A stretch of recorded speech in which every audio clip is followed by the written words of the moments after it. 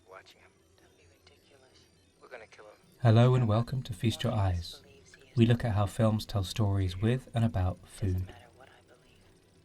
When The Matrix needs to distinguish between the real world and its digital facsimile, there are 3 scenes in the middle of the film that show that difference with food.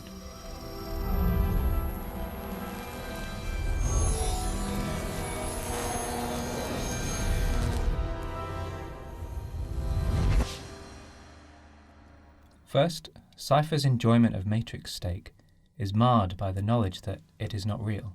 I know this steak doesn't exist. His deal with the machines seeks to reinstate that enjoyment. Plug me back in and let me taste the delicious lie. In the very next scene, Neo is served the gruel that feeds real-world bodies. They all acknowledge how awful it is, but implicitly they agree that it's preferable to the liquefied dead bodies that they had been eating while plugged into the Matrix. Dozer, who has never experienced the pleasures of simulation, defends the food with a characteristically unromantic view of what food is for. It's a single-celled protein combined with synthetic aminos, vitamins, and minerals. Everything the body needs. But the Matrix native mouse disagrees. Even if certain appetites are artificial, such as for breakfast cereal or a digitally simulated pinup girl, that doesn't make them easy to deny. And Mouse asks another question. How do the machines really know what tasty wheat tasted like, huh? Maybe they got it wrong. And yet, the machines are sensory beings, at least inside their own simulation. They seem capable of appreciating smells, both bad. I can taste your stink. And good. Smell good, don't they? Real or not is a tricky distinction when, to them, it's all code. This scene with the Oracle is the third food moment. Here. She gives her fresh cookie to Neo Take a cookie. to confront him with the same dilemma facing Cypher.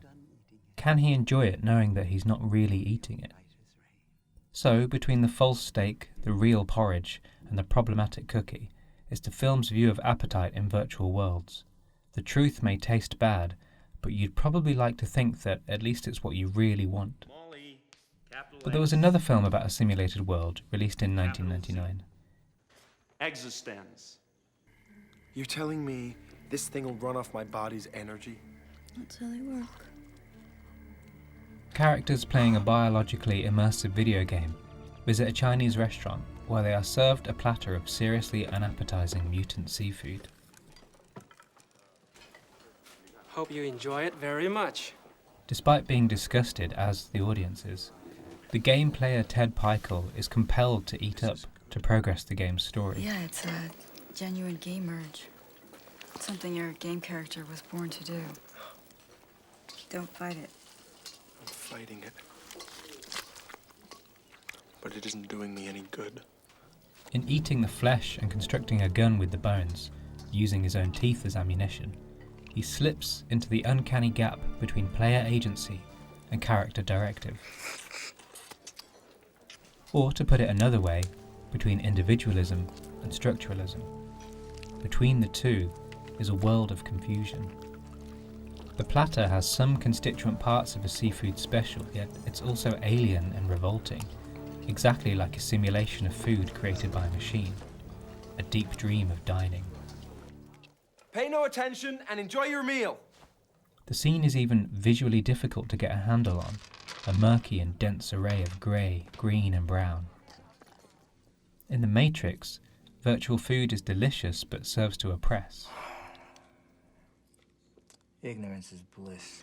Here, though, how appetizing the food appears has no bearing on its structural role, which is simply to be eaten. I find this disgusting, but I can't help myself.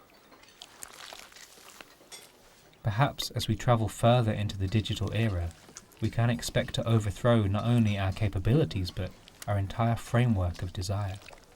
Mutant reptiles and amphibians provide new and previously unimagined taste sensations. The Matrix assumes an innate human desire for freedom, articulated by bodily appetites. To deny our own impulses is to deny the very thing that makes us human.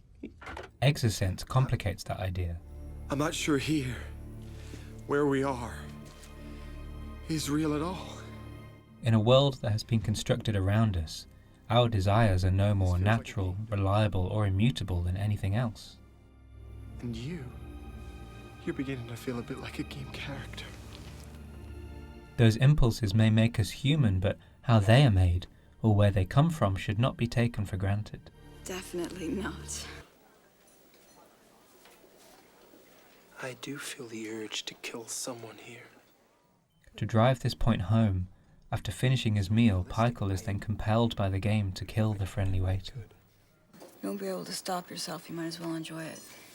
Free will is obviously not a big factor in this little world of ours. It's like real life. There's just enough to make it interesting.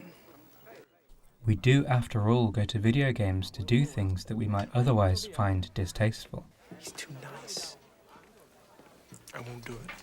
What we want, what we even recognize as a want, is determined by the reality in which we find ourselves. I found this in my soup. To paraphrase Groucho Marx, reality may not exist, but it's still the only place to get a decent meal.